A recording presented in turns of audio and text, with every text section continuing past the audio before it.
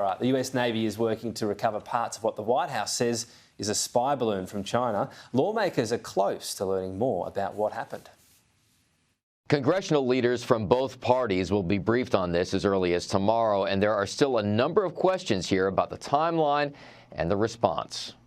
The shoot-down was dramatic, carried out by an F-22 fighter jet just before the Chinese balloon was about to exit U.S. airspace off the coast of South Carolina. President Biden said he gave the order back on Wednesday. I want to compliment our aviators who did it, and we'll have more to report on this a little later.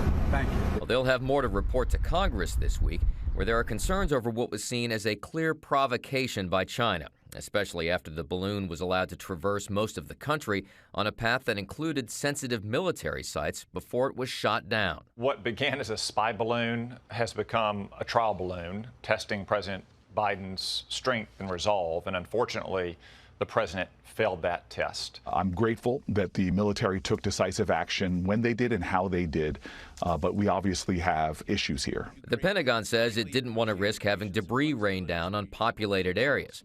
Now, China says the shoot-down was a provocation, and it derailed a visit there this week by U.S. Secretary of State Antony Blinken.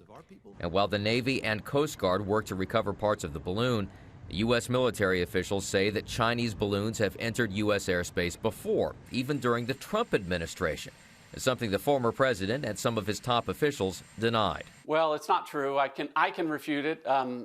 Former Secretary of Defense Mark Esper refuted it yesterday. Former Secretary of State and CIA Director Mike Pompeo has refuted it.